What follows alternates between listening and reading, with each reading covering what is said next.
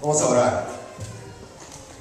Bendito Padre, tú que estás en los cielos, que tu nombre sea santo, Señor. Que venga tu reino, que sea tu voluntad, Señor. Aquí en este lugar, como siempre, se hace tu voluntad en el cielo, Padre.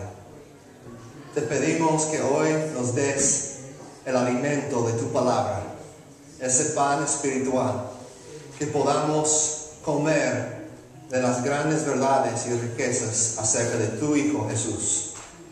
Y Padre, te pedimos que nos perdones por nuestros pecados, que examines nuestros corazones, cualquier cosa que haya en nosotros que esté estorbándonos de escuchar tu palabra y de recibir de ti hoy, que nos ayudes a ver esas cosas, Señor, y confesarla ante ti. Señor, también hoy pedimos que nos guíes, no en el camino de la tentación, Señor, sino en el camino de la justicia, junto a las aguas tranquilas y los verdes pastos, Señor. También, Señor, pedimos que nos libertes del enemigo. Señor, venimos ante ti con toda la autoridad que es nuestra por tu Hijo Jesucristo y oramos contra el enemigo. Pedimos que Él vaya de este lugar, que no esté estorbándonos de recibir de tu palabra, Señor. Oramos contra las fortalezas del enemigo que están en este lugar, Señor, que sean derribados por tu poder, por el poder de tu Espíritu. A ti sea la gloria, el honor, Señor, por todos los siglos. Que tú seas glorificado en Cristo Jesús, Señor, en tu iglesia aquí. Que me ayudes, que me des palabras, lléname, Señor, de tu Espíritu. Te necesito y yo sé que no puedo predicar sin ti, Señor, que no puedo convencer a nadie, pero tú puedes, Señor, así que estamos en gran necesidad de ti. Oh, ven Espíritu Santo y toca nuestros corazones hoy, por tu gracia, por tu amor. En nombre de Jesús y para su gloria. Amén. Apocalipsis capítulo 2, versículo 12. Esto escribe al ángel de la iglesia de Pérgamo. Esto dice él que tiene la aguda espada de los filos. Sé dónde vives, allí donde Satanás tiene su trono. Sin embargo, sigues fiel a mi nombre. No renegaste de tu fe en mí, ni siquiera en los días en que Antipas, mi testigo fiel, sufrió la muerte en esa ciudad donde vive Satanás. No obstante, tengo unas cuantas cosas en tu contra, que toleras allí a los que se aferran a la doctrina de Balaam, el que enseñó a Balac a poner tropiezos a los israelitas, incitándolos a comer alimentos sacrificados a los ídolos y a cometer inmoralidades sexuales. Toleras asimismo a los que sostienen la doctrina de los nicolaitas. Por lo tanto, arrepiéntete. De otra manera, iré pronto a ti para pelear contra ellos con la espada que sale de mi boca. El que tenga oídos que oiga lo que el Espíritu dice a las iglesias. Al que salga vencedor le daré del maná escondido, y le daré también una piedrecita blanca en la que está escrito un nombre nuevo que solo conoce el que lo recibe. El Señor bendiga su palabra.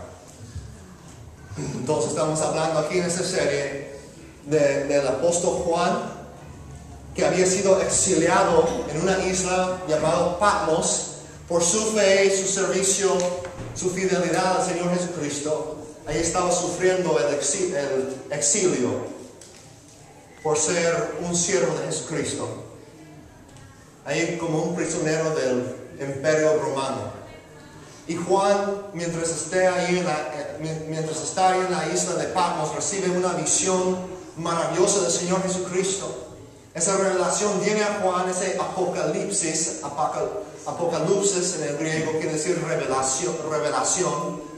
Dice que es la revelación de Jesucristo. Este libro habla de Jesús. Él es el tema principal del libro de Apocalipsis. Si no entendemos esto, no vamos a entender muy bien este libro, porque todo se trata del Señor Jesucristo, ¿verdad? Así que Jesús viene y se revela a Juan. Juan ve esa visión maravillosa del Señor Jesucristo. Y Cristo da 7 cartas a Juan para que los escriba y los envíe a los 7 mensajeros o ángeles de 7 iglesias en Asia Menor, lo que hoy en día es Turquía. Las primeras 2 cartas ya hemos visto, la carta a Éfeso y la carta a Esmirna.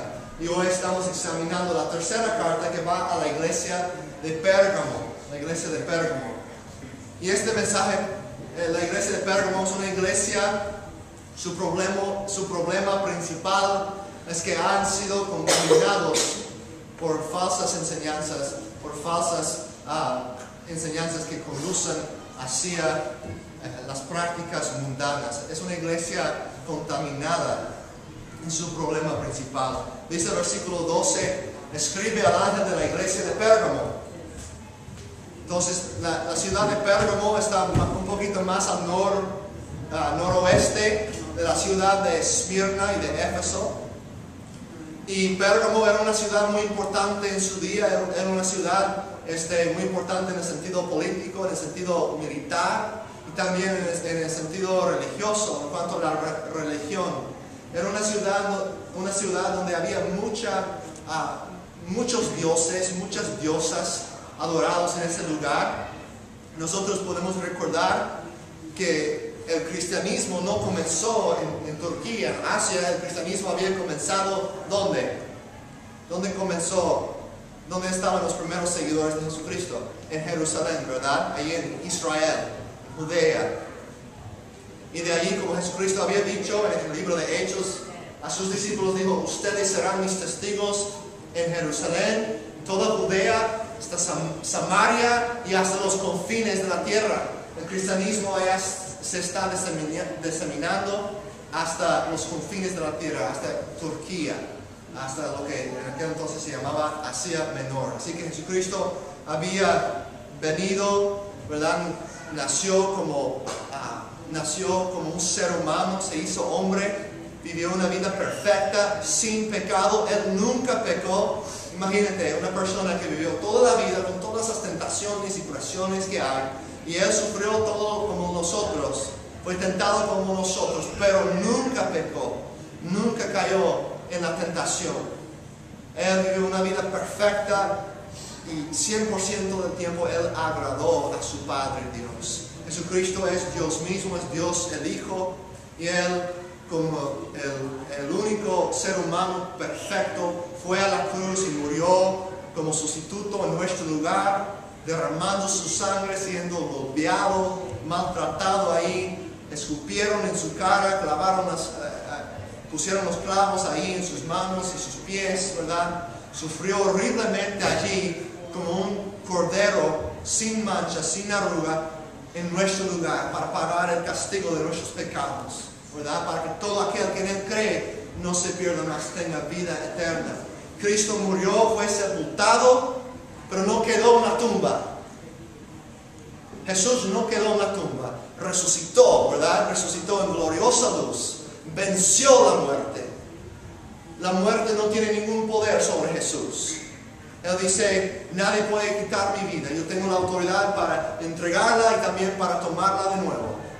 Jesucristo tiene autoridad sobre la muerte, resucitó, apareció por 40 días a sus discípulos, a sus seguidores, les mostró muchas señales convincentes de que Él había resucitado entre los muertos y luego ascendió al cielo. Pero antes de ascender, Él les había dicho, ustedes serán mis testigos. Aquí en Jerusalén y Judea, Samaria también y hasta los confines de la tierra. Y los discípulos de Cristo obedecieron el día de Pentecostés. Ellos recibieron el Espíritu Santo, aquel que les dio la autoridad, el poder para ir y evangelizar. Y habían llegado hasta Turquía, más al noroeste de Israel. Y Pablo y otros habían sembrado estas 7 iglesias que se mencionan aquí en el libro de Apocalipsis. Que ese es el trasfondo. Ahora llegamos aquí a ese lugar de Pérgamo. Pérgamo es una ciudad controlada por el Imperio Romano. Es una ciudad que tiene una influencia griega y romana. Y hay un montón de dioses falsos, de ídolos en ese lugar. Ellos, realmente la ciudad de Pérgamo era el centro de la adoración al Imperio Romano. Ese emperador en particular, él se había declarado a sí mismo Dios. Otros emperadores en el pasado cuando ellos murieron ya los declararon Dios, pero en esta época de Apocalipsis, él mismo se había declarado Dios. Y había una estatua, una imagen muy grande en el cerro, el monte más grande de la ciudad de Pérgamo. Había un templo ahí dedicado a la adoración del emperador romano, donde estaba su imagen ahí. Además, en ese monte había un templo dedicado a Zeus, el dios griego.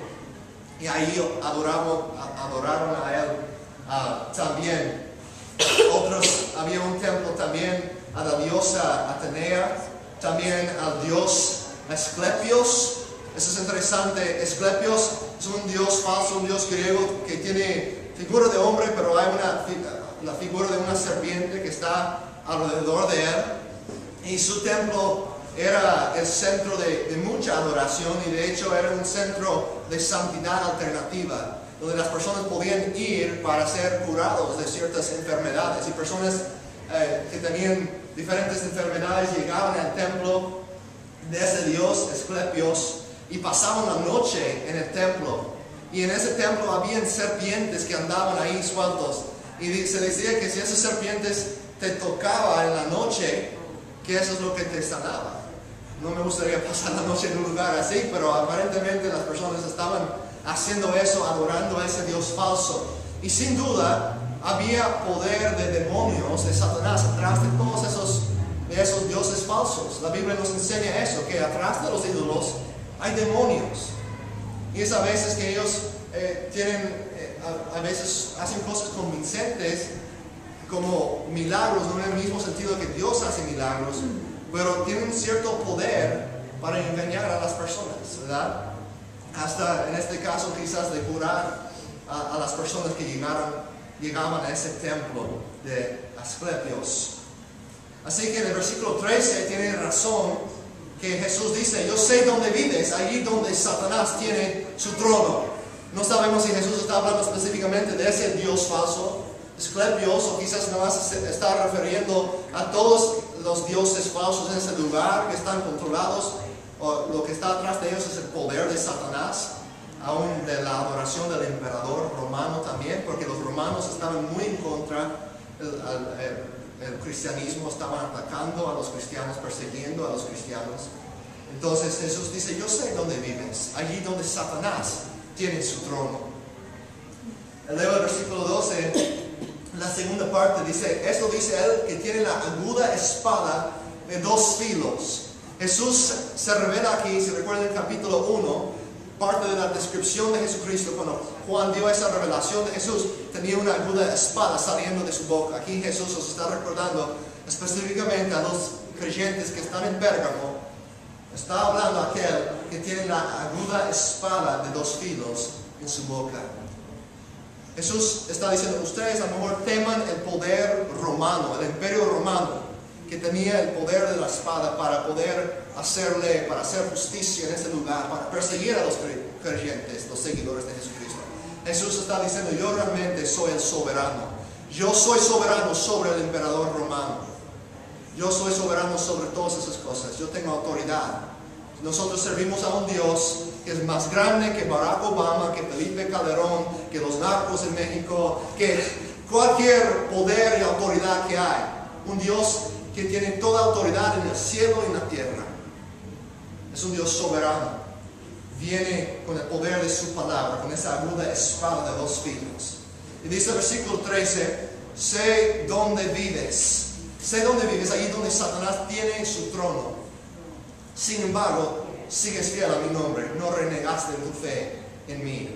Ni siquiera en los días en que Antipas, mi testigo fiel, sufrió la muerte en esa ciudad donde vive Satanás. Antipas aparentemente era un hermano de esa iglesia que había sufrido la muerte por causa de Cristo. quiero que noten eso, Jesús viene y dice a los creyentes que están recibiendo persecución, dice, yo sé dónde vives. Y Jesús te viene a ti y a mí en medio de nuestros momentos difíciles. Si tú estás pasando por cosas ahorita en tu vida, Él dice, yo sé dónde vives. Yo sé las presiones que tú tienes en tu vida. Yo sé las cosas difíciles que te están pasando. Yo no estoy ajeno de eso, dice Dios. Estoy completamente enterado de lo que te está pasando y además soy soberano sobre esas cosas. Tengo poder y control sobre esas cosas. Y aunque el enemigo te está afligiendo, yo sé lo que te está pasando. Y si somos creyentes, nosotros podemos tener la confianza de que Dios no solamente nos ve, sino que Él está con nosotros y Él vive en nosotros por medio de su Espíritu Santo. ¿Escucharon eso? Si somos creyentes, si realmente conocemos a Cristo, disfrutamos de esa relación con Él, podemos estar conscientes, podemos tener la confianza que Él no solamente nos ve en cada momento y en cada situación de nuestras vidas, sino que Él está con nosotros y vive en nosotros por medio de su Espíritu Santo. Amén. Además, dice el versículo 14, no obstante, tengo unas cuantas cosas en tu contra, que toleras allí a los que se aferran a la doctrina de Balaam, el que enseñó a Balac a poner tropiezos a los israelitas, incitándolos a comer alimentos sacrificados a los ídolos y a cometer inmoralidades sexuales. Toleras asimismo a los que sostienen la doctrina de los nicolaitas. Ahora, cuando yo estoy a veces invitando personas a la iglesia, a menudo las personas ya están enterados de nuestra iglesia, ya quizás conocen a alguien a una persona que viene aquí o han oído de esta iglesia y casi siempre, gracias a Dios, tienen una buena impresión. No he encontrado muchas personas que han dicho, pues tú vas ahí, a esa iglesia son bien locos. No, a veces dicen eso y luego me siguen hablando y luego me doy cuenta, están hablando de otra iglesia. Gracias a Dios, no están hablando de nosotros, pero hay una tendencia que nosotros tenemos de querer caerles bien a la gente, ¿no es cierto? Y en sí eso no es malo. Queremos alcanzar a nuestra comunidad, queremos ser luz, queremos tener un buen testimonio, no queremos dar una impresión negativa de esta iglesia en el nombre del Señor Jesucristo. Sin embargo, en ese deseo de caerles bien, existe un peligro de hacer concesiones con el mundo, hacer concesiones con las prácticas pecaminosas del mundo para caerles bien a las personas, para no aparecer tan radicales o tan extremos. Eso es un peligro y posiblemente es lo que estaba pasando aquí en Pérgamo. Dice que ellos estaban tolerando, no es que todos ellos estaban enseñando o creyendo estas cosas, pero estaban solo tolerando allí a los que se aferran a la doctrina de Balaam. ¿Qué es la doctrina de Balaam? Tenemos que ver esta historia. No tenemos el tiempo para leer todo, pero si quieren leerlo luego, se encuentra en el libro de Números, capítulos 24, 25 y también en el 31. Pero básicamente Balaam era un profeta. Es un poquito difícil saber si él realmente es un profeta de Dios, porque no obedece a Dios, pero tiene ciertos dones que quizás Dios lo había dado. No sabemos exactamente, pero es un profeta. Hay diferentes opiniones acerca de él, pero él es un profeta que recibe el pago de un rey pagano para maldecir a los israelitas. Eso sucede durante el tiempo de Moisés. Ustedes recuerdan la historia cuando los israelitas habían salido de Egipto, ¿verdad? Pasaron por el Mar Rojo y están vagando en el desierto, como peregrinos, están en camino hacia la tierra prometida. Y durante ese tiempo hay una nación pagana que quiere hacer daño a los israelitas y pagan a ese profeta Balaam para que él maldiga a los israelitas. Pero cada vez que Balaam trata de pronunciar la maldición sobre Israel, solo salen bendiciones. Dios cada vez convierte su maldición en una bendición para Israel, así que no funciona su plan. Pero más luego, como eso no funcionó, Balaam aconseja a Balac, ese rey pagano, malo, él lo aconseja como no podían maldecir a los israelitas, dice, tengo un plan. Lo que tú puedes hacer es prostituir a las mujeres de tu nación para engañar a los israelitas, para que cometen inmoralidad con ellas, para que ellas puedan engañar a los hombres israelitas a adorar a sus dioses falsos. Y así nosotros no tenemos que maldecirlos porque Dios mismo los va a castigar por abandonar su camino, por adorar a ídolos. Así que ese es el plan de Balaam. Y funciona. Las mujeres de esa nación, los moabitas, vienen y se prostituyen a los hombres israelitas. Muchos caen en inmoralidad con ellas y además adoran sus dioses falsos, sacrifican a sus ídolos. Y como consecuencia 24,000 personas mueren en Israel. Entonces más o menos la historia de Balaam. Entonces, ¿qué significa que estos maestros, esas personas estaban aferrándose a la doctrina de Balaam? En otras palabras, ellos estaban contaminando el pueblo de Dios, contaminando a la iglesia. Estaban trayendo cosas no buenas, cosas del mundo, y permitiendo que esas cosas entraran en la iglesia, haciendo concesiones con el mundo, cediendo al mundo. Y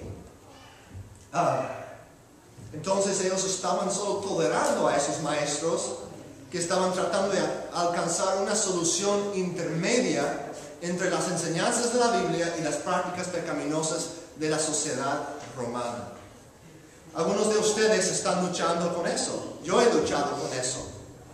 Como creyentes, nosotros sabemos que Dios nos ha llamado a vivir de una manera digna del llamado que hemos recibido. Y no es que nosotros hacemos buenas obras y que nos portamos muy bien para ganar nuestra salvación, porque si realmente somos de Cristo, somos salvos por la fe en Él, no por hacer buenas obras. Nadie puede salvarse por ser muy buena gente. Nadie es bueno, dice la Biblia. Es todo por la gracia de Dios. Pero si uno verdaderamente ha sido salvo por la gracia de Dios, es esa gracia, esa misericordia o amor de Dios que nos motiva a servirlo. Pero la Biblia sí nos dice acerca de la forma en que debemos vivir como creyentes, que debemos vivir vidas santas, apartadas de las prácticas pecaminosas del mundo.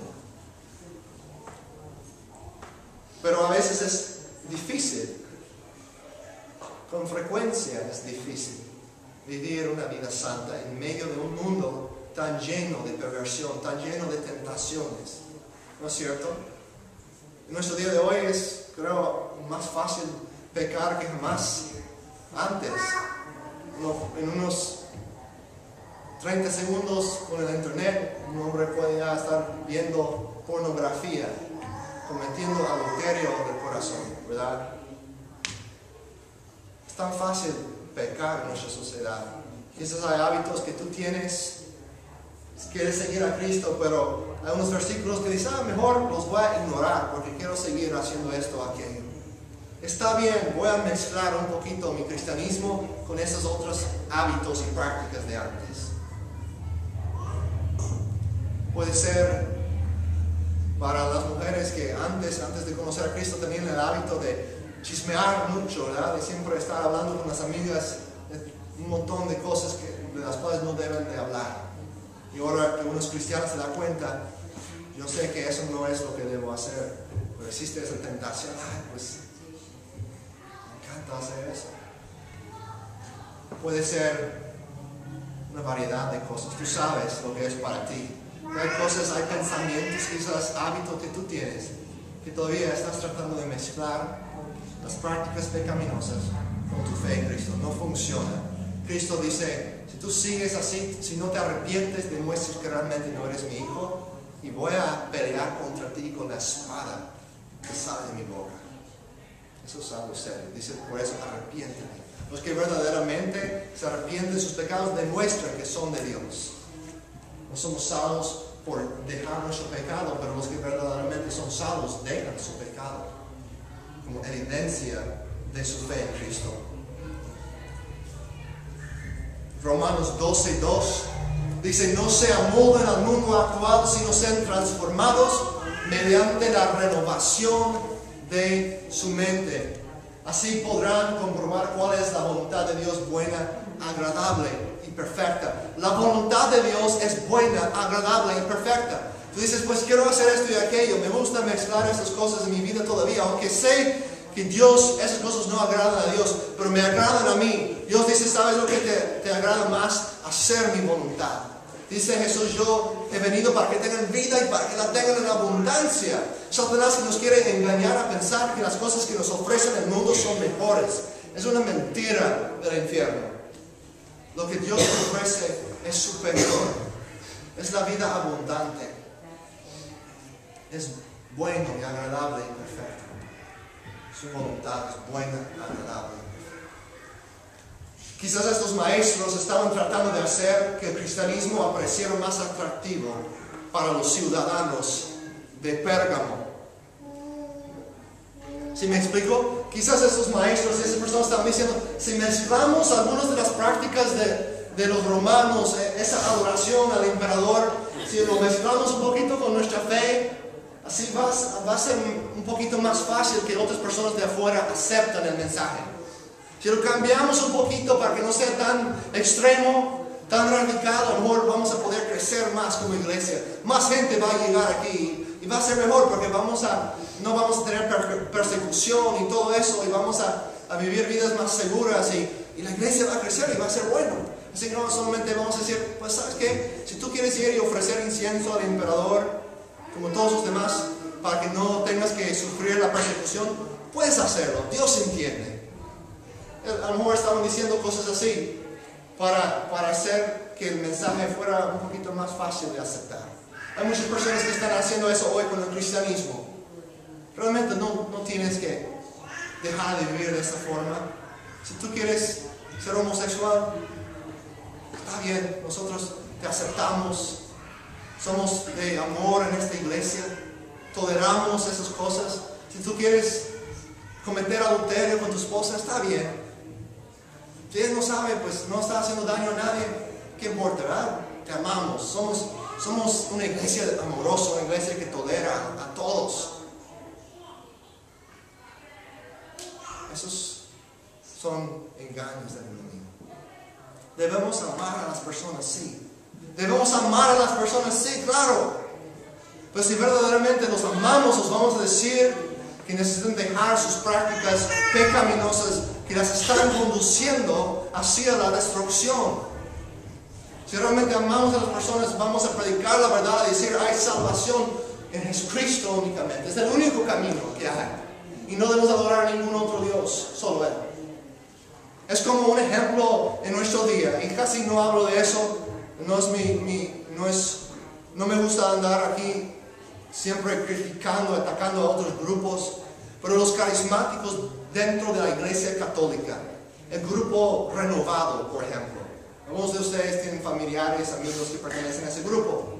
¿Qué es lo que están haciendo?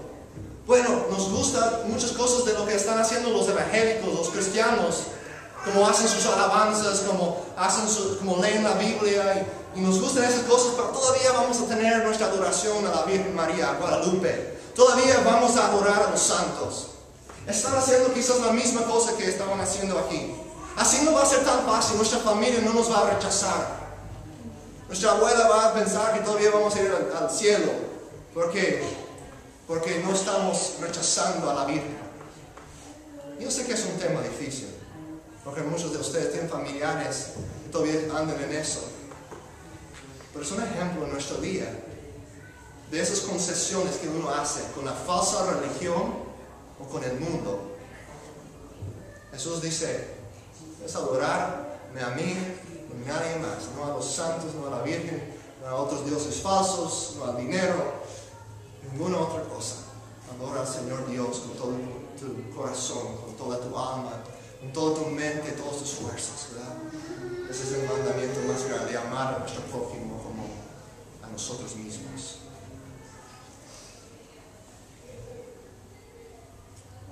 Si eres católico, te amamos, estamos contentos que estás aquí, pero queremos decirte la verdad, que la Biblia nos dice que debemos adorar únicamente a Dios y a ningún otro.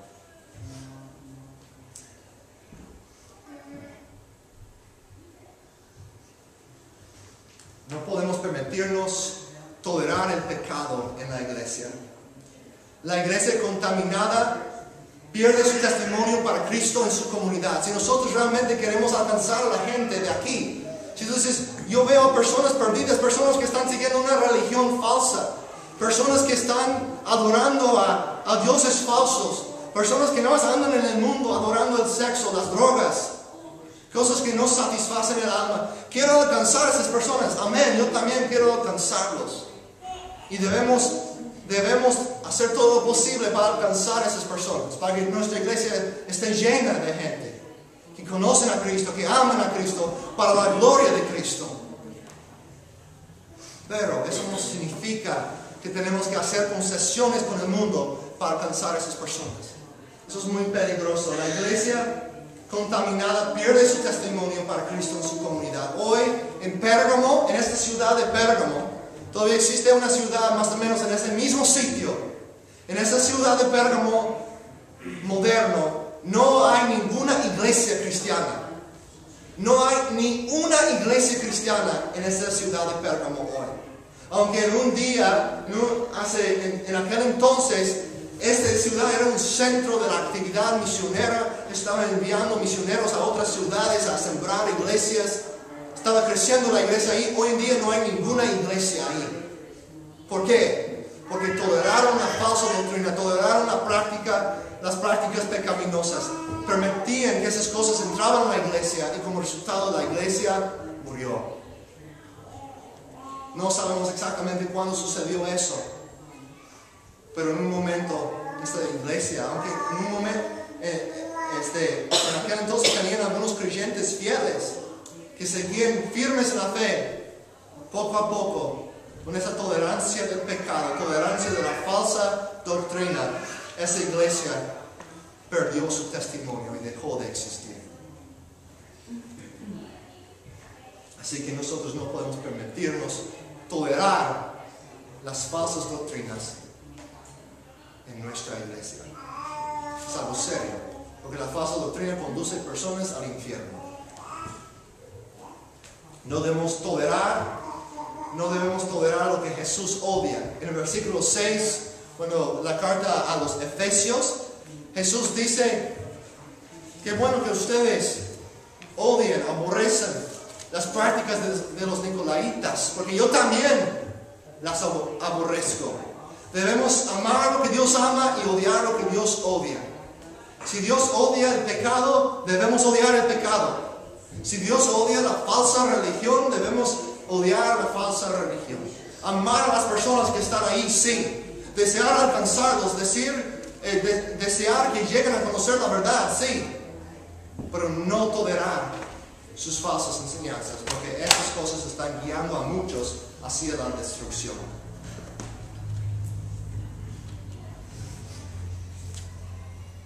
Sé que no es popular hablar de esas cosas, pero quiero decirles la verdad, porque les amo. Son cosas muy importantes.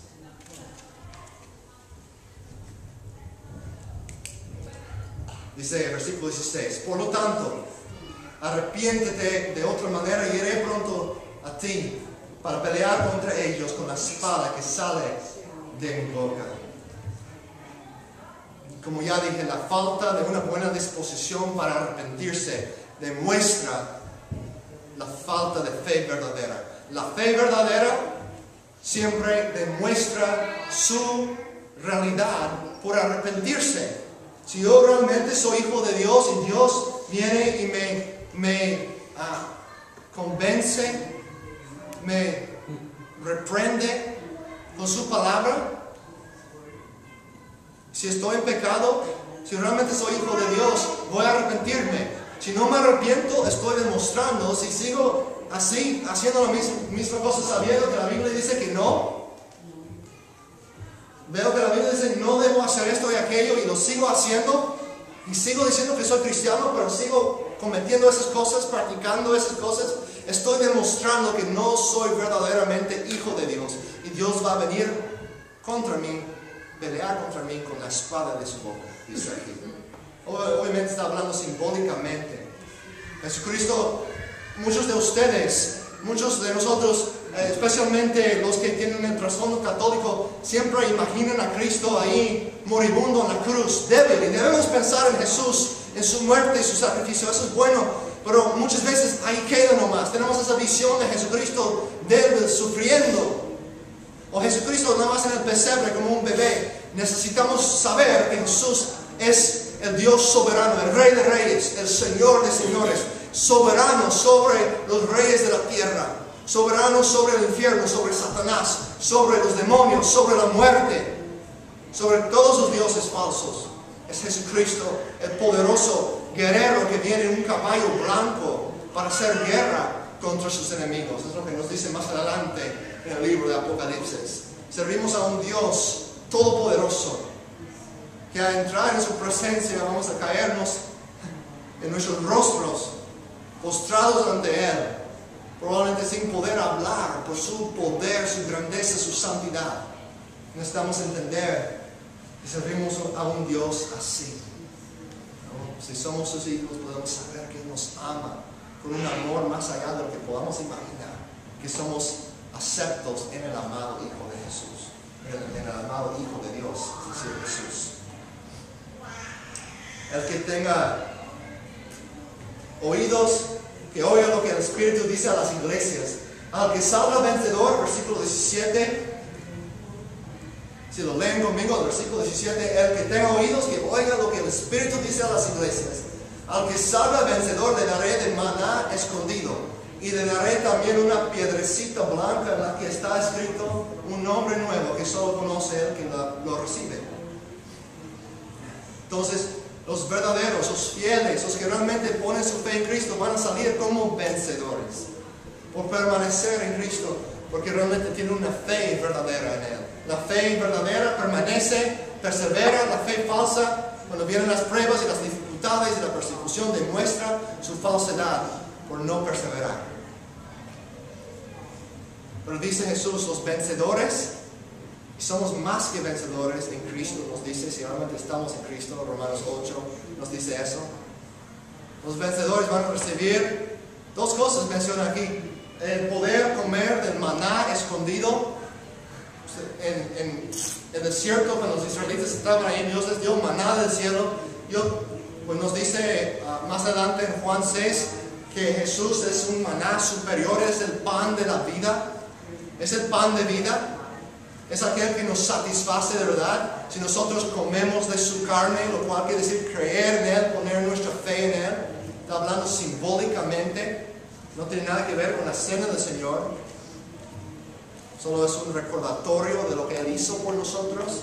Pero comer de su pan significa creer en Él, poner nuestra fe en Él. Uno que realmente tiene fe en Cristo sigue disfrutando, siendo alimentado por Jesús. Pasando tiempo leyendo la palabra de Dios, pasando tiempo en oración, meditando sobre las Escrituras, alabando al Señor, orando al Señor, alabando su nombre, congregándose con otros creyentes para adorar juntos y convivir juntos. Nosotros recibimos ese alimento de la palabra de Dios, alimentados del Señor Jesucristo. Jesucristo es la palabra viva, Él es el verbo de Dios. Entonces nos habla de una vida abundante, aún hoy en el presente, que tú y yo podemos experimentar una vida maravillosa, una vida abundante en Cristo, siendo alimentados cada día por Él. Él satisface el alma. Además habla de una esperanza futura, esa piedrecita blanca. Hay muchas ideas, muchos conceptos. No sabemos exactamente de dónde viene esa idea o ese concepto de piedrecita blanca que vamos a recibir. Pero de todas las teorías que he visto en las diferentes ideas históricas, la que más me parece es que los vencedores o los campeones de los torneos o de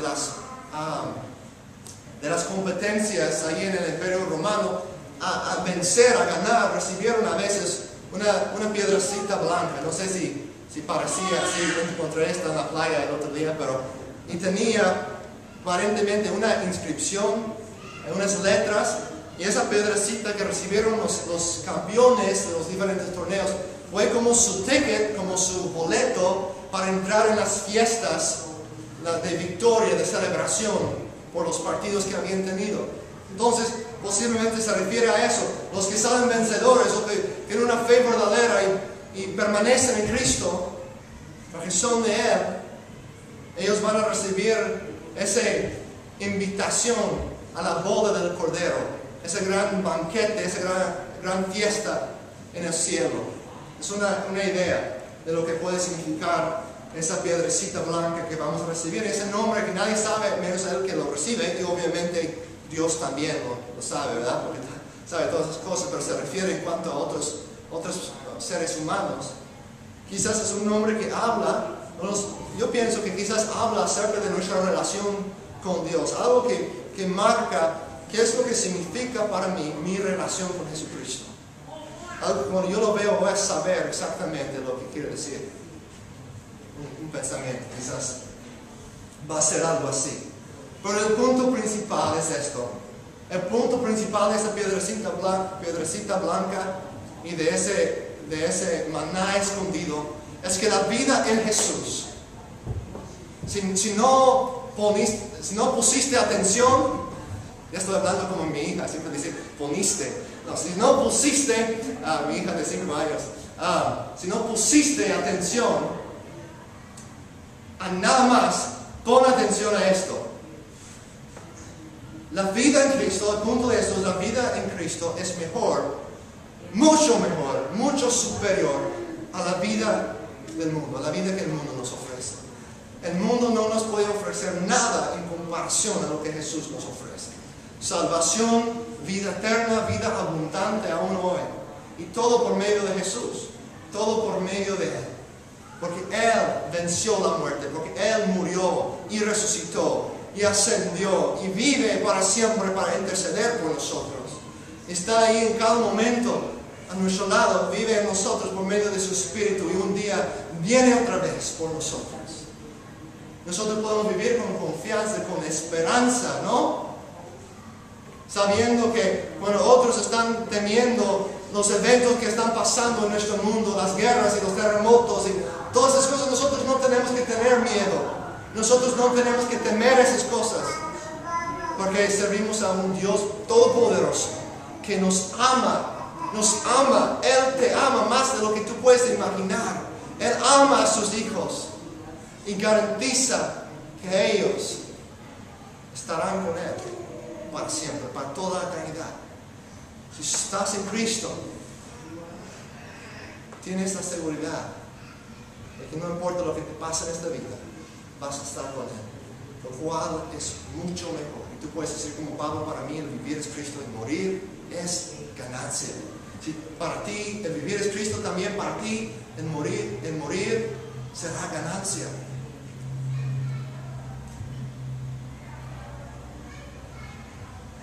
Señor, te pido que tú puedes venir como el Dios Todopoderoso, que puedes tomar las palabras de tu santo libro, Señor. Tu palabra que es como una espada, esa espada que sale de tu boca, que la puedes tomar y abrir nuestros corazones y hablarnos y reprendernos y corregirnos y animarnos y enseñarnos. Si hay una persona aquí que todavía no te conoce, que pueda entender que su salvación no depende de lo que Él hace o lo que no hace, o de que haya sido bautizado o confirmado o que ha vivido una vida muy buena, que su salvación no depende de esas cosas, sino que depende de lo que tú hiciste en la cruz por cada uno de nosotros. que poniendo su fe en ti puede ser salvo, confiando en lo que tú hiciste, puede ser salvo. Puede en este momento arrepentirse de su pecado y poner su fe en ti, Señor. Te pido, Espíritu Santo, que obres en los corazones, para que los que tengan oídos, que oigan lo que tú quieres decirnos, Señor. Lo que tú, Espíritu Santo, quieres decirnos. Lo que tú quieres decir a tu iglesia. Háblanos, Señor. Cámbianos. Renuévanos. Danos fe. Señor, yo quiero para cada persona aquí, y te lo pido, Señor, como tu hijo, sabiendo que tú tienes toda autoridad. Señor, yo te pido que tú nos des una nueva experiencia de tu amor, uno que nunca jamás hemos tenido. Que tú nos des una fe más grande de lo que jamás antes hemos tenido, Señor. Que tú aumentes nuestra fe, que aumentes nuestro amor por ti, por tu iglesia y por las personas perdidas. Y que podamos alcanzarlos en cultura, sí, ser como ellos en cuanto a la cultura, pero no va a ser concesiones con el pecado, Señor. No conformarnos a este mundo, sino ser transformados mediante la renovación de nuestra mente. Señor, te pido por cada persona aquí que nos ayudes. Nos ayudes, Señor, a ser fieles, perseverar en ti, Señor, por tu poder, por tu gracia. Te amamos, Dios. Recordamos tu muerte y tu sacrificio por nosotros. Tú eres bueno, Señor.